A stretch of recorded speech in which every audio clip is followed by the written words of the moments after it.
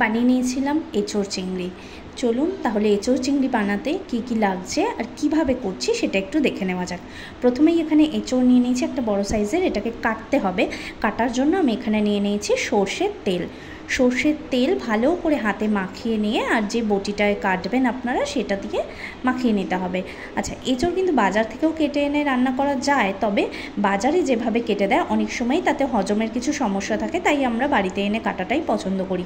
কারণ বাড়িতে এনে কাটলে একটু ছোট ছোট একটু ধৈর্য ধরে কাটতে হয়, সেটাই আপনাদেরকে দেখাবো কিভাবে কাটা হয় বাড়িতে। তো প্রথমে এঁচোড়গুলোকে ছালটা ছাড়িয়ে নেওয়ার পর মাঝের এই অংশটা কেটে বাদ দিতে হবে। তারপরে ছোট ছোট করে পিস করে টুকরো করে কেটে নিতে হবে। ভালো করে পেছনের ছালটা ছাড়ানোর সময় সবুজ অংশটা কিন্তু বাদ দেবেন।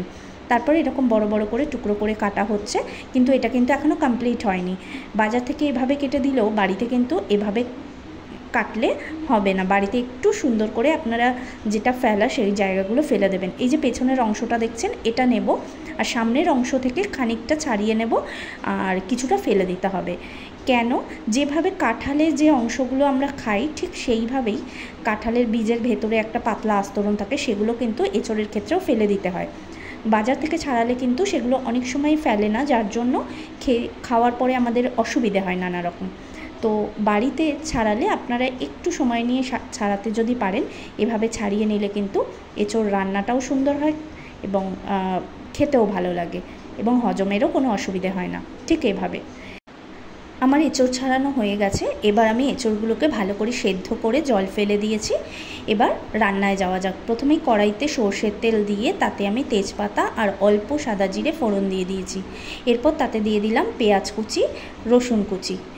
দেওয়ার পর এখানে আমি ডুমো করে আলু কেটে রেখেছিলাম, সেই ডুমো করে কেটে রাখা আলুটাও এতে দিয়ে দিয়েছি। দিয়ে কিছুক্ষণ নাড়াচাড়া করে হালকা করে ভেজে নেব। ঝালের জন্য আমি এখানে চেরা কাঁচা লঙ্কা নিয়ে নিয়েছি। আপনারা চাইলে কিন্তু গুঁড়ো লঙ্কাও ব্যবহার করতে পারেন। চেরা কাঁচা লঙ্কাটাও ওই ভাজার মধ্যে দিয়ে দিলাম। আর এদিকে নুন হলুদ মাখানো চিংড়ি মাছগুলো আমি এর মধ্যে দিয়ে দিলাম।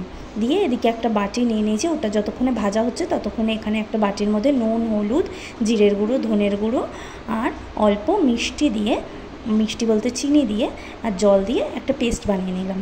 এবার এই ভাজাটার মধ্যেই আমি দিয়ে দিলাম অল্প নারকেল কুচি দেওয়ার পর একটু ভাজা ভাজা হলে এর মধ্যে অ্যাড করে দিয়েছি ওই আগে থেকে সেদ্ধ করে রাখা যে এঁচোড়টা ছিল সেই এঁচোড়টা। এটা নাড়াচাড়া করে কিছুক্ষণ রান্না করার পর এবার ওই আগে থেকে পেস্ট করে রাখা যে মশলাটা সেটা অ্যাড করে দিলাম। অ্যাড করে ভালো করে নাড়াচাড়া করে একটু চাপা দিয়ে এবার রান্না করতে হবে। চাপা দিয়ে রান্না করলে দেখবেন যখন একদম জলটা মরে গেছে এবং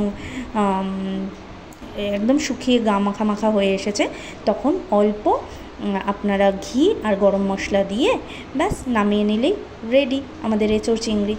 সবাই ভালো থাকবেন, ততক্ষণের জন্য টাটা।